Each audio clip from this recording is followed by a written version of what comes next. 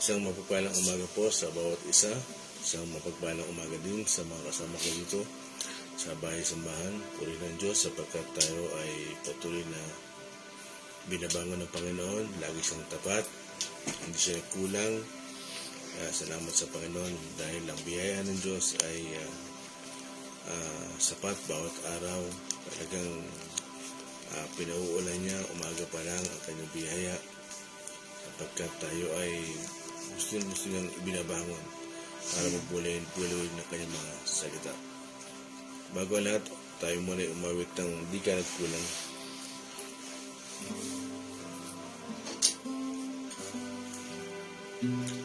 Ikaw lang ang pag-asa ko, tanging ikaw ang buhay ko, Jesus. Hallelujah.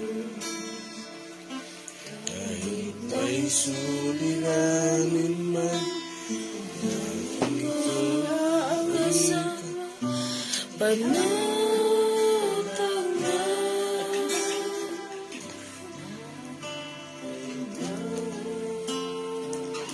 di kayo nagkulang, biyaya niyo sa amin laging lahat, pag-ibig niyo sa akin walang hanggan, inibig niyo ako noon pa man. Kayo lang pag-asa ko. Kayo lang ang pag-asa ko, tanging kayo ang buhay ko, Jesus. Kahit ako'y namangamba, basta't kayo ang kasama, panatag na.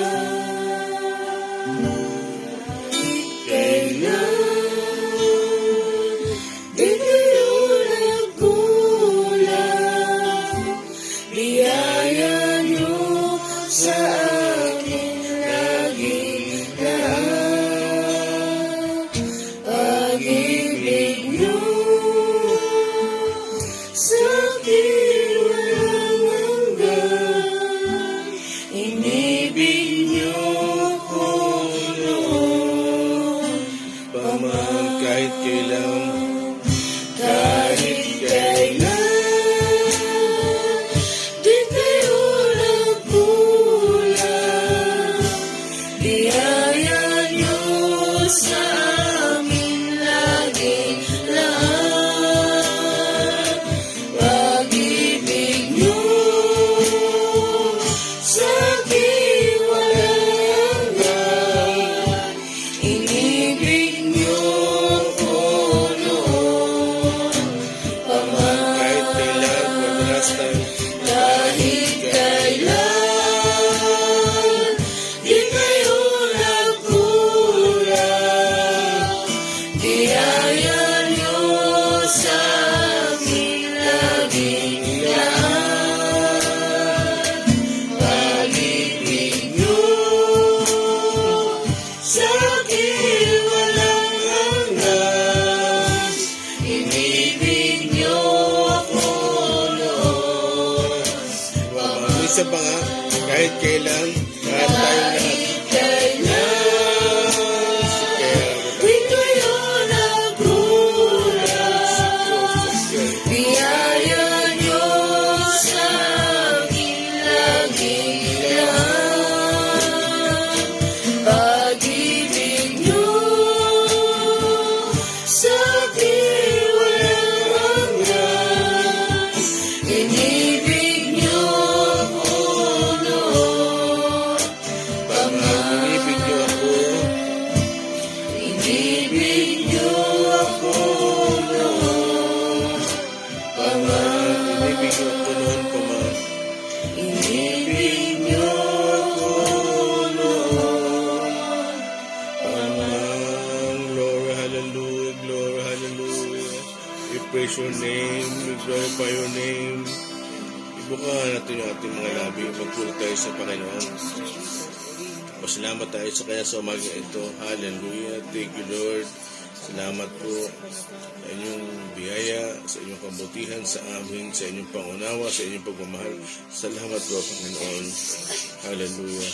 Tunay nga po kayo mahabagin, maunawain.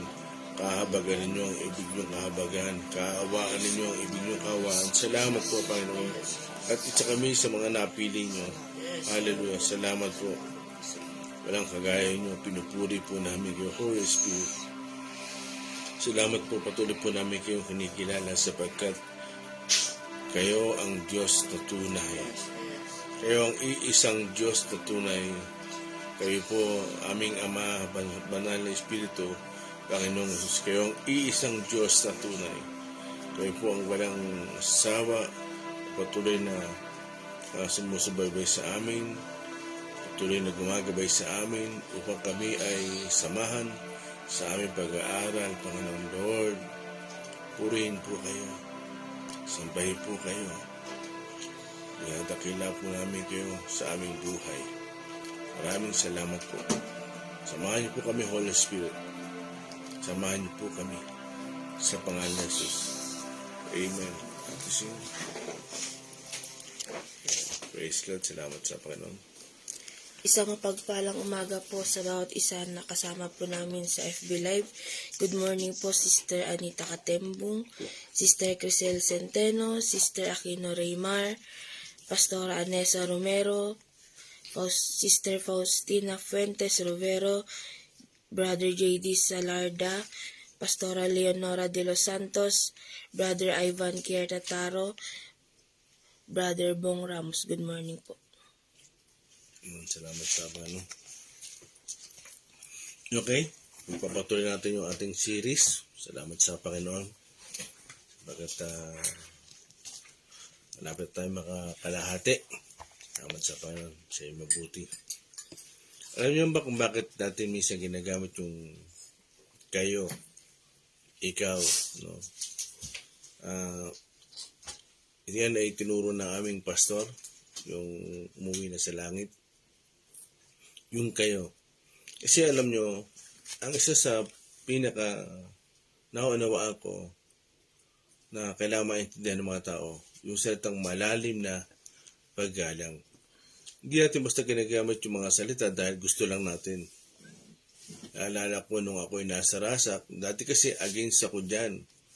Bakit kayo ikaw na nga, no? Ikaw lang ang pag-asa ko. Bakit ganun pa? Hindi bagay. Singular tapos plural.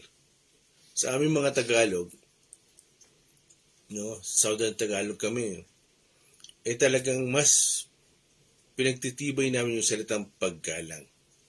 Mahalaga yun. Halimbawa, igalang mo ang Diyos.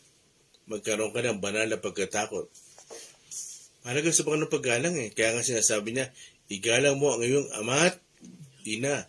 Hindi ang ama at ina nagsabi nun. Ang nagsabi nun, ang Diyos. Kasi sa kanya, mahalaga yun, importante yun.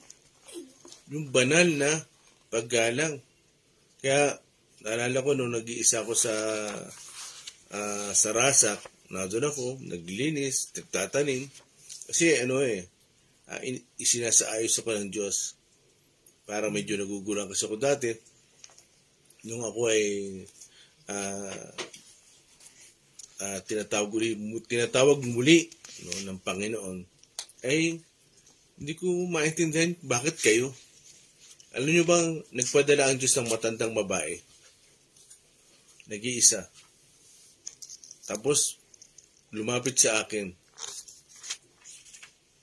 Tapos, pagharap ko, nandun siya. Merong hihingiin. Hindi ko alam kung ano yun, kung anong klaseng gulay. Bigla ako napasagot na, kamusta na po kayo? Tapos biglang nagrema sa akin. Doon ko naintindihan lahat. Ang gustong sabihin ng Pastor Masredo, doon ko naintindihan lahat. Kasi sa kanya nagsimula yan. Talaga pinupush niya yung malalim na paggalang. Hindi ko nasabi yung nung malapit yung matanda. Siguro ang edad na matanda mga 70 to 80. Kasi matanda na nga. Hindi ko sabihin, kamusta na ikaw? Kasi hindi kami magka-level. Bigla ko nasabi, kamusta na po kayo? Wala pang po yun Kamusta na po kayo? Kaya pag sinamahan mo ng poya, kamusta na po kayo? Ibig sabihin, malalim na paggalang. Kasi mahalaga sa Panginoon yun kaya sinasabi ko to sa inyo para lubos yung maintindihan. Kasi minsan may pagkakataon na hindi tayo maiintindihan kung bakit minsan pinapalitan natin. No? Ang gusto lang nating gawin ay gawin yung ipamuhay yung malalim na paggalang. Kaya balik tayo sa ating series, sa ating nilalakbay, Sister Rami. Ang pag-aaralan po natin sa umagang ito ay magmumula sa John 9, verse 17 hanggang 25. I was blind but now I see part 3. Mag-comment lang po kayo mga kapatid at itong lahat ng mga comment nyo po ay binabasa po namin yan kay Pastor Jim after ng devotion po natin. Verse 9 po, ay verse 17 po ng chapter 9 ng John. Kaya tinanong nilang muli ang dating bulag, at ikaw, ano naman ang masasabi mo tungkol sa kanya dahil pinagaling niya ang iyong mga mata? Isa siyang propeta, sagot niya. 18, ayaw maniwala ng mga Hudyo na siya'y talagang dating bulag, kaya't ipinatawag nila ang kanyang mga magulang. 19, anak nga ba ninyo ito? Talaga bang siya'y ipinanganak na bulag? Bakit nakakakita na siya ngayon? Tanong nila. 20, sumagot ang kanyang mga magulang, anak nga namin siya at siya ipinanganak ngang bulag. 21, ngunit hindi po namin alam kung bakit nakakakita na siya ngayon o kung sino ang nagpagaling sa kanya. Siya na po ang tanungin ninyo, may sapat na gulang siya at makakapagsalita na para sa kanyang sarili. 22, ganoon ang sabi ng kanyang mga magulang dahil takot sila sa mga Hudyo.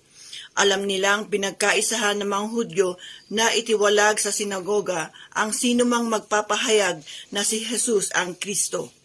23, ito ang dahilan kung bakit sinabi ng kanyang mga magulang, siya ay nasa tamang gulang na, siya ang tanungin ninyo.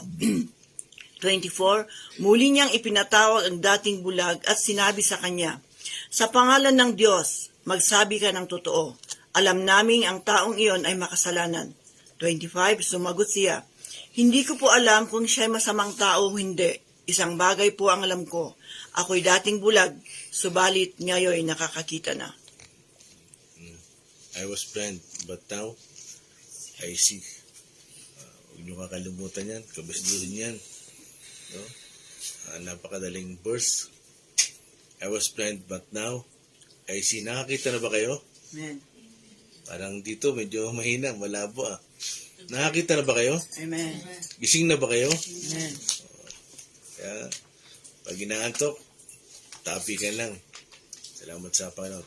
At palamig dito sa atin. Okay.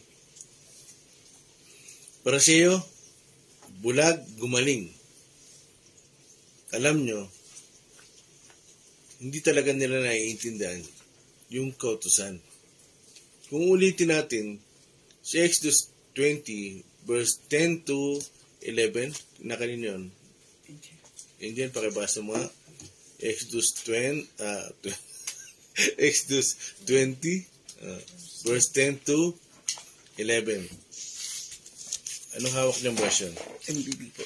Sige. Exodus chapter 20, 20. verse 10. To 11. Verse 10 to 11. Verse 10, subalit ang ikapitong araw ay para kay Yahweh na iyong Diyos. Ito ay araw ng pamamahinga. Sa araw na ito'y huwag magtrabaho ang sino man sa inyo.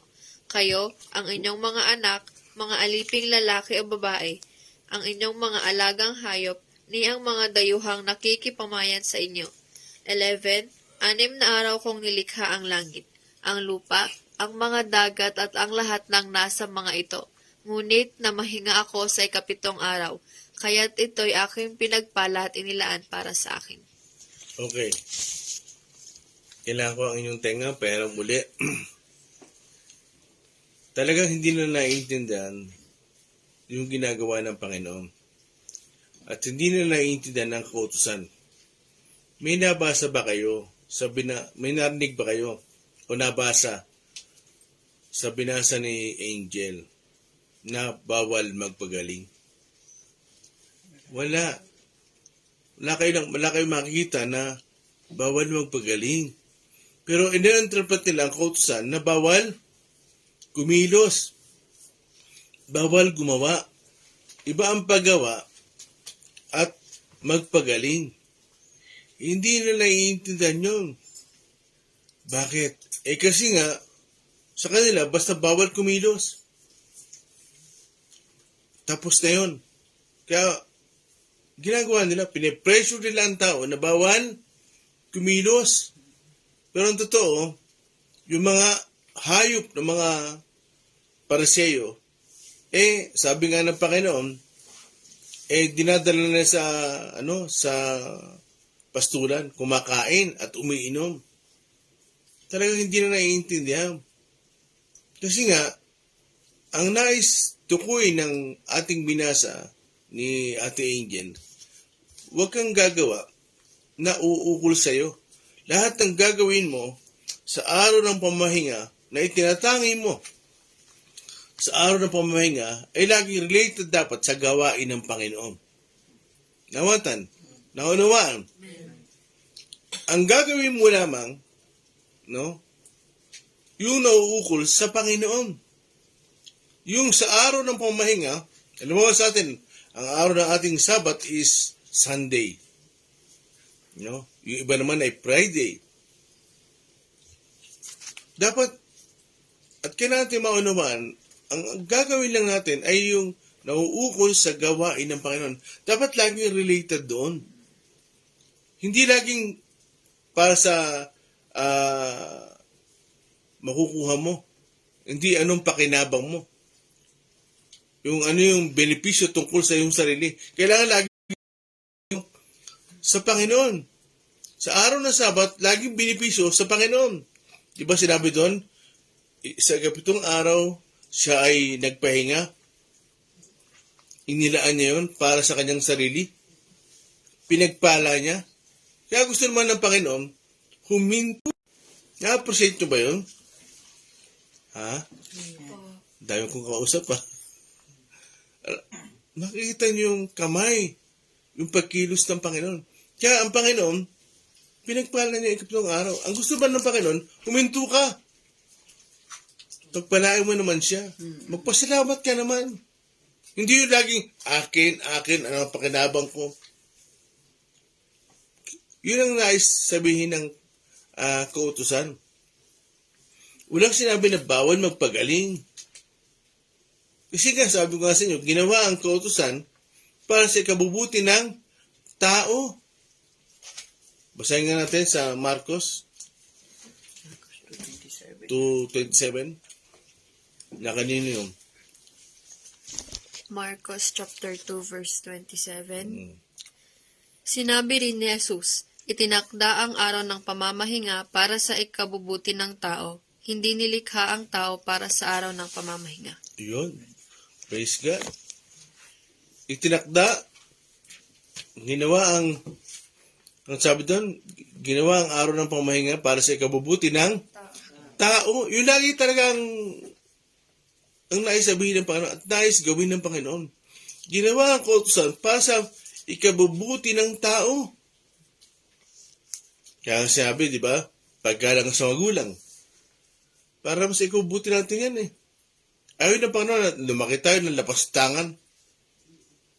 Ayaw ng Panginoon na lumaki tayong bastos. Ayaw ng Panginoon. Gusto niya lumaki tayong kaaya-aya. Yung pagsamba sa Diyos-Diyosan. Ayaw ng Panginoon na sumamba ka sa hindi tunay na Diyos. Kaya dyan, kung uulitin natin yung mga salitang yun, yung ginawang araw ng pamahinga para sa ikabubuti ng tao, yun talaga ang laging iniisip ng Panginoon sa ikabubuti natin. Pero ang ginagawa ng kaaway, alam nyo, ang kaaway, matindi ang strategy niyan. So, umpisa lang, akala mo parang pabor sa'yo. Ang totoo, ang ginagawa ng kaaway, pabor sa kanya, makikita mo sa bandang dulo. Parang, "Uy, thank you Lord. Ang sarap, nakalaya ako." Huwag natin pagmalaki yun. Nakalaya ako. Hindi mo alam, sa dulo, nandun ang kabig ng kaaway. Parang ano lang yan eh. Parang nanguhuli ka ng isda. Pakiramdam mo. Malaya ka. Hindi. Pag hinila na ng kaaway, yung lambat niya, ibig sabihin, inaani ka na niya. Unawaan niyo ba yun? Kaya, dyan, sa ating pinagbubulan-bulan, hindi na talaga naiintindihan ang kautusan. Kasi, wala naman nakasulat doon, bawal magpagaling. Amen? Kaya, sa verse 17, kung ulitin natin sa Rami, ulitin natin nga verse 17, isa-isa natin yan. Verse 17 ng John 9. Mm. Kaya tinanong nilang muli ang dating bulag, "At ikaw, ano naman ang masasabi mo tungkol sa kanya dahil pinagaling niya ang iyong mga mata?" Isa siyang propeta, sagot niya. Okay. So, bakit propeta lagi ang nababanggit? No? Alam natin si Moses ay ruling prophet. Bakit propeta? Kasi nga, pag gumagawa ng himala, ang laging may isip yan, propeta. Galing sa Diyos. Gumagawa ng himala, sa Diyos yun. Nagsasalita tungkol sa Diyos, propeta yun.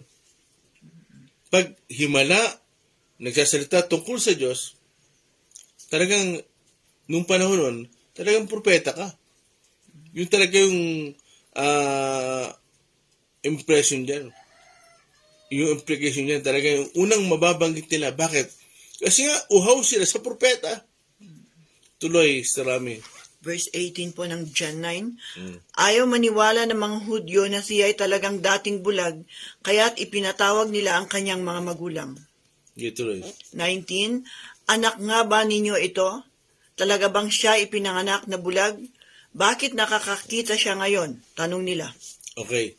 So dito, makita nyo, mga kapatid, ayaw nilang maniwala.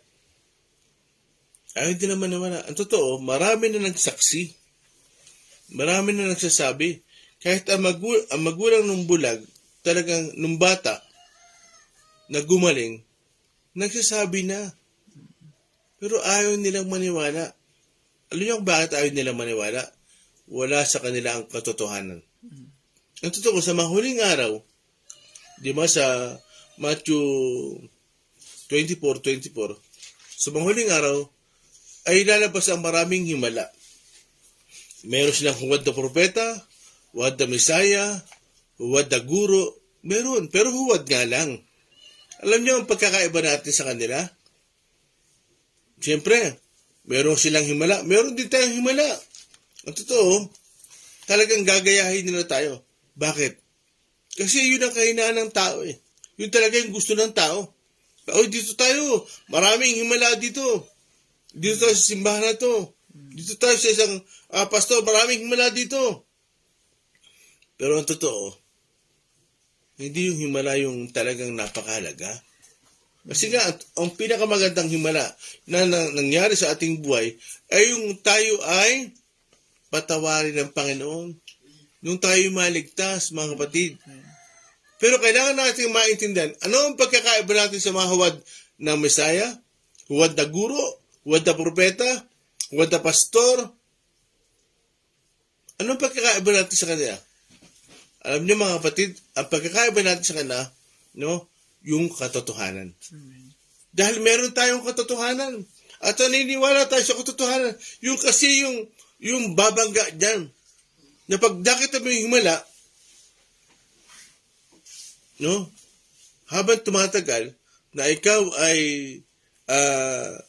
o nakikita mo yung mga bagay na yun, merong nasa loob mo, na merong katotohanan. Unang-una, kailangan natin maunawaan, yung Holy Spirit, nasa atin yung banal na Espiritu. Yung banal na Espiritu, mga kapatid, nasa loob yun natin. Kasi nga tayo ang templo niya eh. Magre-react yun. Halimbawa, bigyan ko ng example ha. Diyos gusto ba ng malakas na himala? Yung malakas na kapangyarihan? No? sasabihin ng propeta, kailangan manatili ka sa akin na isang gabi para mas malakas ang pagkilos. So, makikita mo, bakit ganun? Wala sa katotohanan. Naunawaan niyo ba ako? Naintindihan niyo ba ako? Ano ba? Sabihin ko kay Angel, Angel, gusto mo malakas ang pagkilos? Kailangan manatili ka sa akin isang gabi. Dito makikita mo kagad, wala sa katotohanan to. Oo, may himala. Tandaan nyo, ang kaaway magpapakita sa mahuling araw ng himala. Pero ano pagkakaiba natin sa kanila? Wala silang katotohanan, wala silang banal na espiritu. Yung katotohanan, yung truth, sabi ko nga sa inyo, hindi lang biyaya, no? Hindi lang biyaya dapat ang kumalat. Hindi lang biyaya dapat ang sumikat. Dapat sumikat din yung katotohanan. Biyaya at katotohanan. Dahil siya rin ay katotohanan. Ano naman ba? Kaya yan ang tanging pangahawakan natin at talaga magliligtas sa atin para hindi tayo madaya. Yung Holy Spirit na sa iyo, magigirb yan. Kukumbiktahin ka niyan. No? Magsasalita yung Holy Spirit, wala sa katotohanan. Wala sa katotohanan. So ikaw, maano ka? Matatauhan ka, magigising ka. Hindi sa Panginoon to. Naunuan ba? Kasi nga, meron tayong banal na espiritu at katotohanan. Yun ang tanging protection natin sa mahuling araw. Kasi nga maglalabasan yung mga miracle mga himala Pero kung wala kang Holy Spirit, kung wala kang katotohanan, madadaya ka. Kaya, dyan, sa ating pinagbubalabalan, hindi sila maniwala. Hindi talaga sila paniniwala. Kasi talagang ayaw nilang maniwala. Nanuhan niyo ba? Kasi nga, testigo na yung magulang. Ano ba ang pinakamagandang testigo? Yung kapitbahay pa? Hindi, yung pinagmulan. Siya nagsilang yan Nandiyan pa ba kayo? Amen. Yun yung pinakamagandang testigo. Alam ba, si Daniel, bulag. O kaya, bingin na lang. No? Ang pwede magpatunay sa kanya, yung pinaka-witness na testigo, yung nanay niya, si Jess. Hindi lang yung bulag, buyoy pa. Naunuhan niyo ba? Kaya hindi talaga siya maniniwala. Bakit? Walang katotohanan sa kanila Di ba sabi sa 2 Corinthians 4:3, tinakpan ng diablo yung kanilang mga isipan. Pag ayaw maniwala, talagang yung diablo, talagang confident siya na takpan ka niya lalo para hindi mo makita yung katotohanan, hindi mo maunawaan yung katotohanan, hindi mo makita ang gawa at kamay ng Diyos. Amen? Tuloy. Verse 20 ng John 9, sumagot ang kanyang mga magulang, anak nga namin siya at siya ipinanganak ngang bulag. Tuloy. 21, ngunit hindi po namin alam kung bakit nakakakita na siya ngayon o kung sino ang nagpagaling sa kanya. Siya na po ang tanungin ninyo, may sapat na gulang na siya at makakapagsalita na para sa kanyang sarili. Amen. So dito, ay talagang may umawa natin yung huling talata na binabasa natin ngayon, no? Anong sabi niya? Basta namin basahin muli. Anong sabi? Sumagot ang kanyang mga magulang, anak nga namin siya at siya ipinanganak ngang bulag. 21, ngunit hindi po namin alam kung bakit nakakakita siya ngayon Yun. o kung sino ang nagpagaling sa kanya. Hindi namin alam. So talaga, yung mga galing sa Diyos talaga, ang pwede mo lang masabi niyan, ay talagang kamangha-mangha. Sabihin nyo nga, kamangha-mangha. Kamangha-mangha. Ang ibig sabihin, ang Diyos ang may gawa nun. Pag kamangha-mangha, ang Diyos ang may gawa nun. So hindi, alam talaga ng magulang. Eto mga Pariseo, parang ayaw nila makakita yung bulag. Masunod na yung kanilang gusto. Yung kanilang kautusan. Ang totoo, hindi na kautusan ng Diyos yun. Kautusan na yun ng mga tao. Tuloy sa namin. verse 22 ng John 9, ganon ang sabi ng kanyang mga magulang dahil takot sila sa mga Hudyo. Alam nilang pinagkaisahan ng mga Hudyo na itiwalag sa sinagoga ang sino mang magpahayag na si Jesus ang Kristo. Yun. So dito, mayroon ng oppression. May pananakot na. Kasi bakit? Ito mga Pariseo, ito mga Hudyo, ay talagang nagkaisa na sila na ititiwalag sa sinagoga. Kasi mahalaga sa mga Hudyo yung mga ikaw ay kasapi, kasama sa isang relihiyon. Mahalaga yun sa mga Hudyo. Sila yung mga leader. Natatakot yung mga tao kasi ititiwalag nila yun. Sila yung nasa posisyon para itawalag nila yung isang tao. Kaya talagang meron ng pananakot dito. Para bang paalisin ka na sa bahay-sambahan. No? Meron ganun sa kanila. So bakit noon, kung talagang sa Diyos yan, bakit ka paalisin? Kahit ka matigas ang ulo niyan Kahit pasawayan hindi dapat paalisin Bakit? Kasi nga ang Diyos ay pag-ibig. Pag sinabing pag-ibig, talagang unmerited favor. Ba? Sabi nga kung nakapagsasalita ka man ng wika ng mga anghel, kung wala kang pag-ibig, bali wala. Di ba? Sunugin ba ng katawan mo kung wala kang pag-ibig? Bali wala. Kung ikaw ay napakayaman at kung wala kang pag-ibig, bali wala. No? Kaya talagang may pananakot na. Ititiwalag. Pero ito mga magulang niya, tuloy. John 9:23, ito ang dahilan kung bakit sinabi ng kanyang mga magulang, siya ay nasa tamang gulang na, siya ang tanungin ninyo. Yun. So talagang yung magulang sumagot ng parang playing safe. No? Kasi nga ayaw nilang matiwalag. Talagang mahalaga sa kanila yun. Na yung sinagoga ginagamit para mag-aral ng salita ng Diyos, sumamba sa Diyos, no?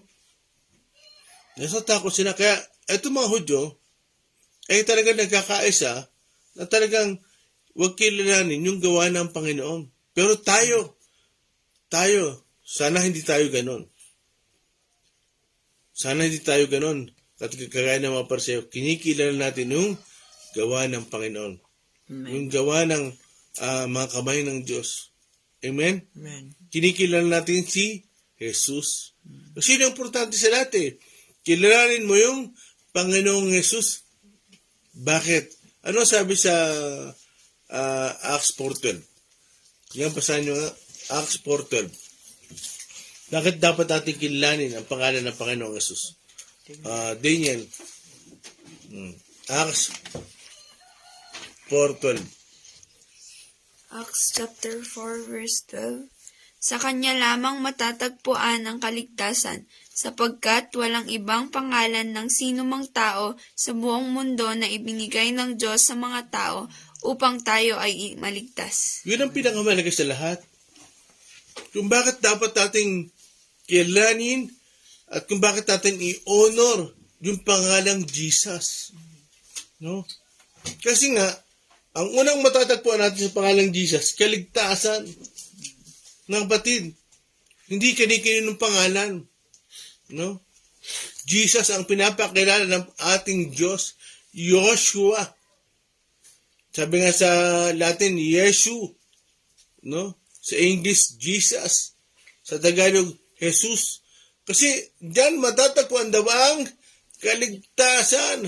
Yun ang pinakamahalaga sa lahat. Matapos ang buhay natin dito, sa pangalawang buhay, itutuloy mo lang ang buhay mo. Nanuhan niyo ba ako? Kaya, yung verse natin sa 8:51, sa John 8:51, ano sabi doon? Pakatatandaan ninyo. Ano sabi doon? Kung, pakibasa mo 8:21, 8:51 pala, Pakatandaan ninyo, ang tumutupad ng aking salita ay hindi mamamatay kailanman. Yun.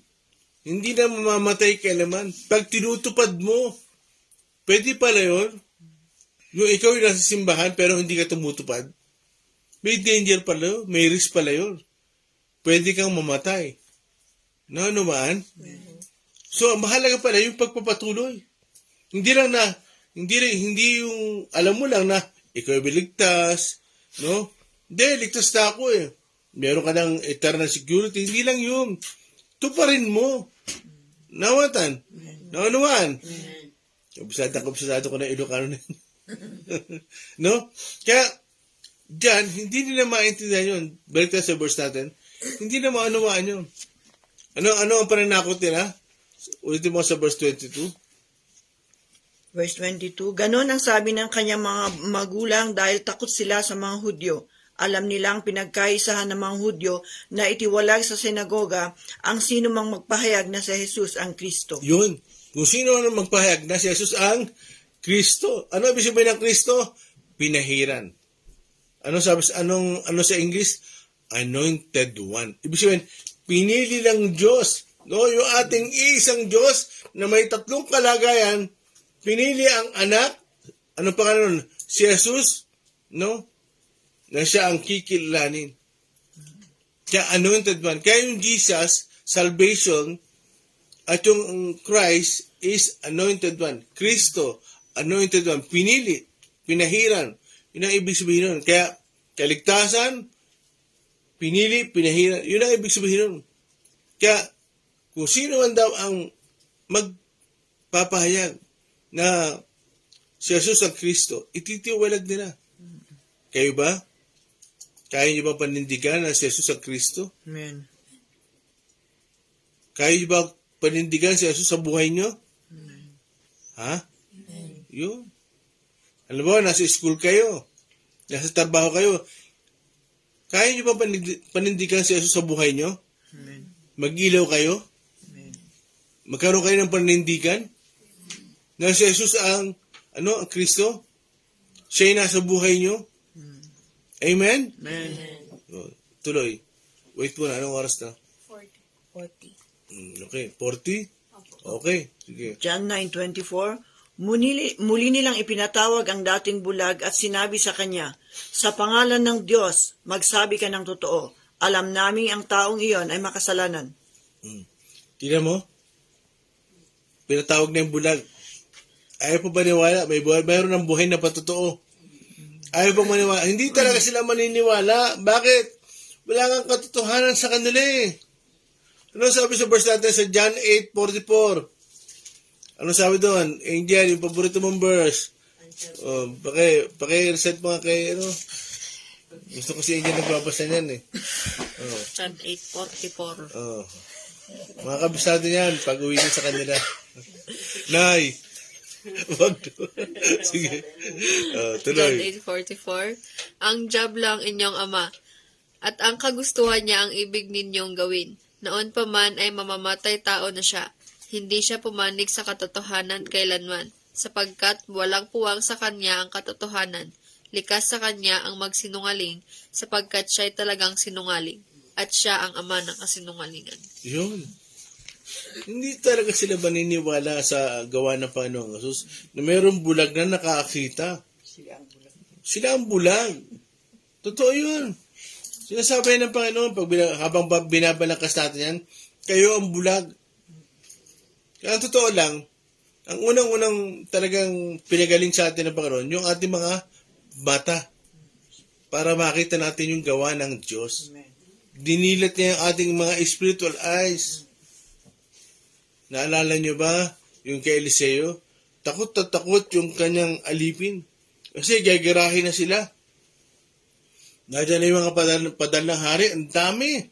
Yung mga karwahe. Sabi nung alipin ni Eliseo, Panginoon, marami sila. Nasa 2 Kings yun. 2 Kings chapter 16. Marami sila. Anong gagawin natin? Eh si Eliseo, tahimik lang. Gagarahin na tayo. Sigurado, mamamatay tayo. Anong gagawin natin? Takot na takot yung kanyang alipin. Anong ginawa ni Eliseo? Nag-pray. Pray lang. Panginoon, idilat niyo po yung mata ng aking alipin. Maya-maya, pagdilat tong alipin, nakita niya maraming dumarating. Nakita niya sa likuran nila, aba, mas marami, mga nakakabayo. no? Merong mga dalang sulo, apoy, mga sundalo, mga anghel, mga paraman sa gera ba? Napakalakas pala ng bakar namin. Yung nasa likod namin, napakarami. Pumanatag na siya. Bakit? Dinilatan Diyos yung spiritual eyes niya. Alam niyo ba kung ididilat ng Panginoon yung ating mga mata, mas marami tayong makikita. Ang ginagawa ng kaway, unti-unti yung tinatakpan niya. Para wag nating makita. Alam niyo mga kapatid, hindi talaga bumubuksan yung ating mga paningin. Malibang manampalataya tayo sa Panginoon. Uulitin ko, hindi talaga bubuksan yung ating paningin o hindi mabubuksan. Maliban, unless na talagang manampalataya ka sa Panginoon. Unti-unti niyang bubuksan yan para makita mo yung gawa ng Diyos. Para makita mo yung kanyang pagkilos. Amen? Dahil sa pananampalataya. Okay? Kaya, kami tuloy. Kung may oras pa, ilagpasan natin yung ating teksto. John 9:25. Sumagot siya, hindi ko po alam kung siya masamang tao o hindi. Isang bagay po ang alam ko. Ako'y dating bulag, subalit ngayon nakakakita na. Amen. Yun ang pinakamaganda. Alam mo, tayo, no? Dahil tayong bulag, kumisa kasi nakakita tayo, mas pipiliin natin maging bulag, Nanuhay ba yan? Malaya na ako. Nakalaya na ako. Nasa mundo na ako. Naku, mga batid. Nakakita ka na. Mas pinili mo pong maging bulag. Pag kayo ay nananayo sa church, wag yung pinili mabulag. Kaya yung mga mata ay buksan ng Panginoon. Makita niyo yung gawa ng kaaway, yung gawa ng mundo. Manindigan kayo na nakakakita kayo. Wag niyong pili na mabulag. Kasi yung iba alam na Kristiyano kayo, alam na manampalataya kayo, napasama kayo sa mga unbeliever. Mas malakas ang hatak. Tumatahimik ka ngayon. Ang tawag doon, nagbubulag-bulagan. Compromising. No, manindigan kayo. Na kayo, binuksan na ang inyong mga mata, idinilat yan, huwag nyo lang pipikit-pikit para lang makasama sa kanila, para lang mag-enjoy. Tapos pag uwi sa bahay, talagang kala mo nakakita ka talaga, kala mo talagang dilat ka, hindi. Pero pagdating sa labas, kukurap-kurap ka. Gaganon-ganon ka. Huwag natin piliin yun. Manindigan tayo na tayo dilat, no? Ano sabi doon sa huling talata? Dating akong bulag at ngayon ay Nakakakita na. banggitin natin yung ating teksto, yung topic. Anong title? I was blind, but now I see. Ulitin mo. I was blind, but now I see. Praise God. Alam niyo ba yan talaga? Ang unang-unang gagawin ng Diyos sa atin, hindi lang yung himala. Ang totoo, idinidilat ng Panginoon yung ating mga mata sa kanyang mga kamay, sa kanyang mga gawa.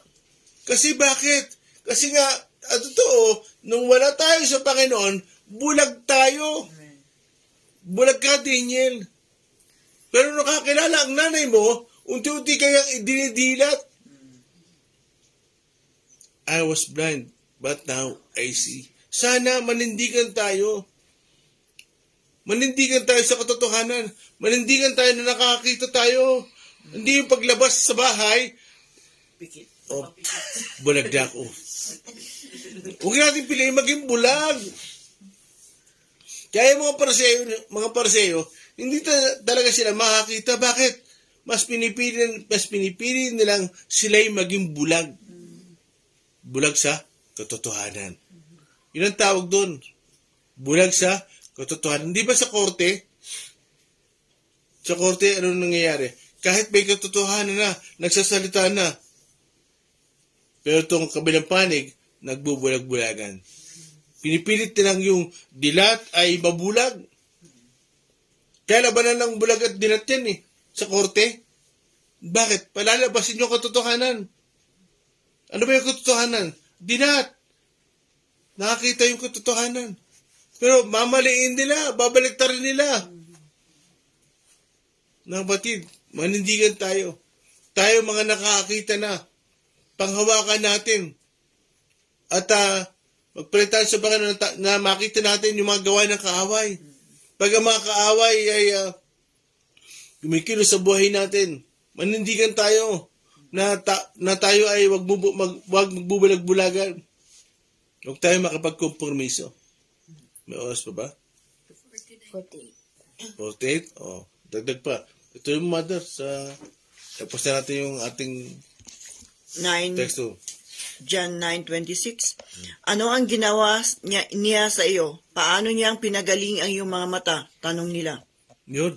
Wala siyang alam. Alam nyo, yung mga hindi nakakaintindi ng katotohanan, hindi na naunawa anong gawa ng Diyos. Yung kamay ng Diyos. Paano? Puro ganyan. Pero tayo, na mga mananampalataya, na tinawag na mga anak ng Diyos, alam natin ang Diyos ang gumawa nun. Alam natin ang Diyos ang kumikilos doon. No? Kasi nananampalataya tayo. Sarami tuloy. Verse 27, sumagot siya, sinabi ko na po sa inyo, at ayaw naman ninyo akong paniwalaan.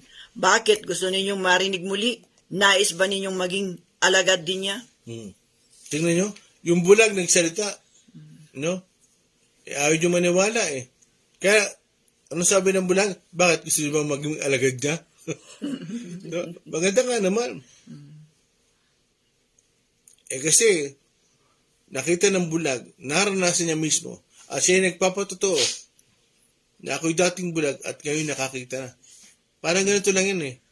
Dati akong hindi mananampalataya, ngayon mananampalataya na. Dati akong unbeliever, dati akong wala sa Panginoon, pero ngayon nasa Panginoon na ako. I was blind, but now I see. Praise God. Purihin ng Diyos. Kasi talagang yung ating mga mata ay talagang binubuksan ng Panginoon. Unti-unti. Hindi bang bigla? Unti-unti. No? Habang tayo ay nasa Panginoon, nananatili sa Panginoon, habang tayo nananatili sa Panginoon, unti-unti na binubuksan niya. Hindi lang yan. Hindi lang mata mo ang binubuksan niya, pati isipan mo. Hindi lang isipan mo, pati ang puso mo. Unti-unti inihahanda ng Panginoon. Bakit? Para makilala mo talaga siya. Mahirap pa kilala ang Diyos. Diyos yan eh. Pero habang ikaw ay nananatili, alam niyo mga kapatid, mga magulang, mga kasama ko dito, at sa mga FB, as long na tayo ay nananatili sa Panginoon, unti-unti niya binubuksan yung ating mata, yung ating isipan, yung ating puso. Kasi minsan, dilat ka lang, pero sarado ang isip mo. Angel, dilat ka lang, pero minsan, hindi ka makaunawa. Ganun lang yan. No? Ano ba, Pastor Jim? Dilat ka lang, pero sarado ang isip mo. Maraming ganyan. Dilat lang sila. Nakakita lang sila, pero totoo, sarado ang isip nila. Lalo na ang puso. Amen? Kaya, nawa, no, maintindihan natin yung ating pinagbubulay-bulay, yung ating series sa Time Tapos. 27. I was blind, but now I see. Amen? Talagang, tayo habang tayo mananatili sa Panginoon, ito ang gusto kong iwan sa inyo. As long na tayo nananatili sa Panginoon, unti-unti niya binubuksan yung ating mga mata. Unti-unti niya binubuksan yung ating mga mata patungo sa ating isipan at sa hangganan ng puso. Amen. Nawa, patuloy tayong manatili sa Panginoon, manindigan tayo na si Jesus ay ang ating buhay. Si Jesus ang ating Panginoon. No? Pag tayo nasa ating paaralan o nasa ating trabaho, manindigan tayo. Si Jesus ang ating Panginoon. Amen? Kaya di ka nagkulang. Ikaw lang ang pag-asa ko. Praise God. Sakati. Ang pag-asa ko, tanging ang buhay ko, Jesus.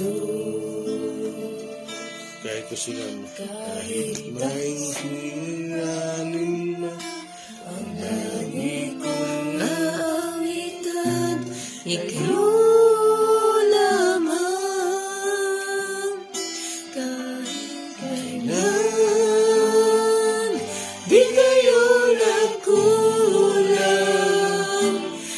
Biyaya niyo sa akin laging daan.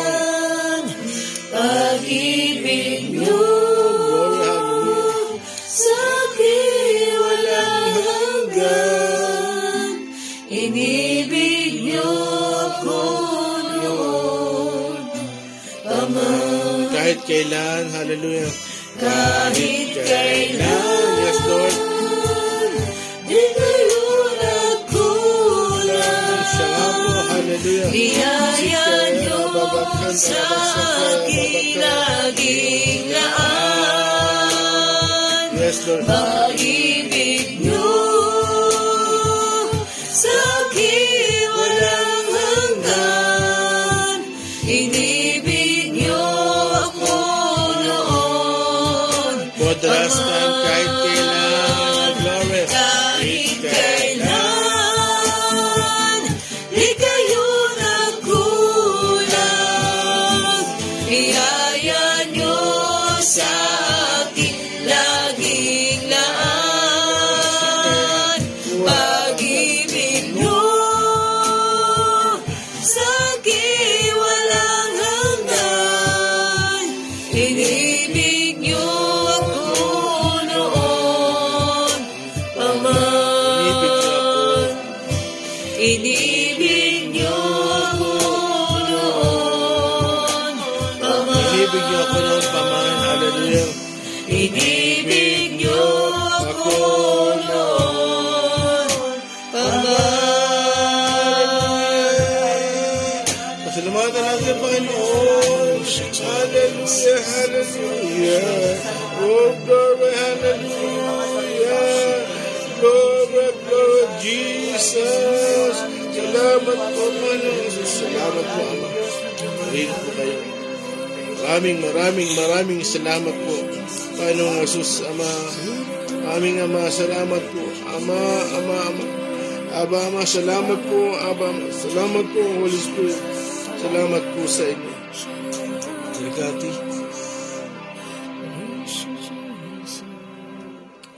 Praise you, my God. Hallelujah. Praise you, Jesus. Hallelujah. Salamat sa inyo, Panginoon. Tunay kayong kamangha-mangha, Panginoon.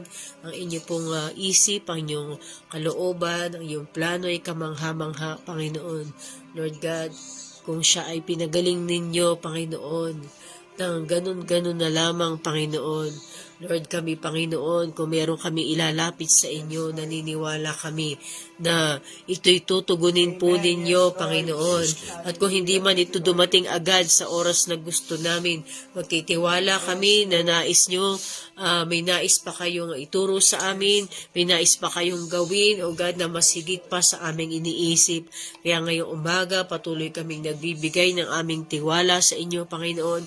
Dahil noon pa may pinatunayan nyo na kayo ay tumutulong, kayo nagpapagaan ng pasan, kayo ay nag-aalis ng kasalanan, kayo, Panginoon, ay pinapatunayan nyo inyong kapangyarihan ay kayang gawin ang lahat ng aming naisin para sa ikaayos ng aming mga buhay. Ngunit, Panginoon, nagtitiwala kami sa inyong plano ay higit, Panginoon, sa kayang naming isipin, Panginoon, at ito'y mas mabuti kaysa aming naiisip. Kaya salamat sa inyo, Panginoon, ngayong umaga. Patuloy po kami nagbibigay ng papuri at pagsamba sa inyo, sapagkat tunay kayong mabuti sa amin. Kayo, Panginoon, ay tumutugon, Panginoon, at nag-aayos ng aming mga buhay, nagpapagaling ng karamdaman. Tunay nga, Panginoon, kayo ang katugunan, Panginoon. Hallelujah, hallelujah. Sa inyo pong papurit, pasasalamat sa bawat isa na nakibahagi ngayong umaga. Lord, kayo po, Panginoon, ang kumilos at gumawa at patuloy niyong samahan ng aming tagapagturo, Panginoon. Kayo po ang mahayag, kayo po ang mataas. Sa inyo pong papurit, pasasalamat sa pangalan ni Jesus. Amen. Amen. Araw ng Martes at nariyan po kayo. God bless po, Brother Alan Rocreo, Pastor Jojo, Brother Udi, Pastora Mary Chris, Kuya Matt, Morena Mateo, Sister Raquel, Narboneta, Sister Yolanda Garland, God bless you po, Pastora Annabel Husay, Rizaldin Perez, Ate Budang, Jenny Moncano, Ray Bendo, Sister Rosalinda, Anablon Dakawe, Pastora Mina, Sister Tel, and Brother Jesse, Brother Julius Sales, Hezekiah Acosta, Mama Che, at Ate Twinkle. God bless you po.